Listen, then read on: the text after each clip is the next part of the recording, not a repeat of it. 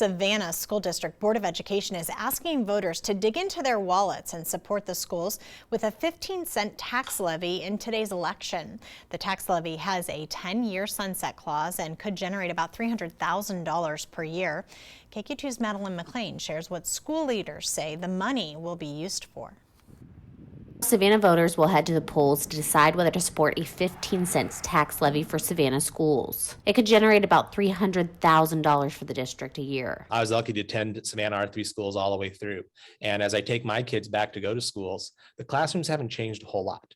Now that's comforting to me in the sense that the tradition's still there, the quality of learning still there, but I also continue to see some of the issues are just compounding on top of each other. School board president Joe Barbosa says if approved, all of the money will go to maintenance that has been piling up for decades. If you drive by any of our grade schools, you're going to see these exterior brown panels that were designed to be cheap and not designed to be a long-term solution. School officials say it's hard for kids to stay focused in the classroom or eat meals in the cafeteria when water and wind are leaking through the cracks in the buildings. It's a vicious cycle.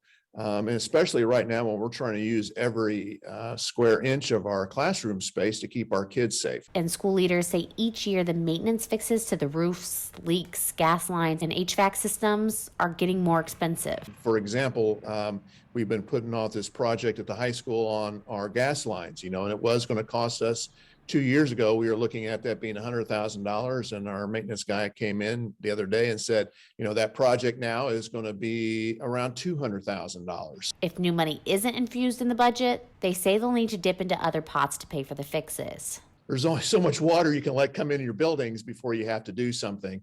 And if we don't have those funds to do that with, we got to figure out where those are going to come from. That could end up being education dollars, which we don't want. The school leaders say they know voters have rejected past proposed tax issues, but they're hopeful this time they've given voters enough reasons to say yes. We want to emphasize to the voters that the goal of this is maintenance and maintenance alone.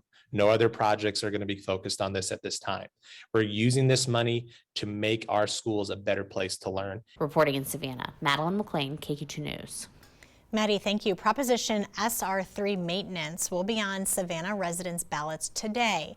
The polls open at 7 a.m. and they close at 7 p.m.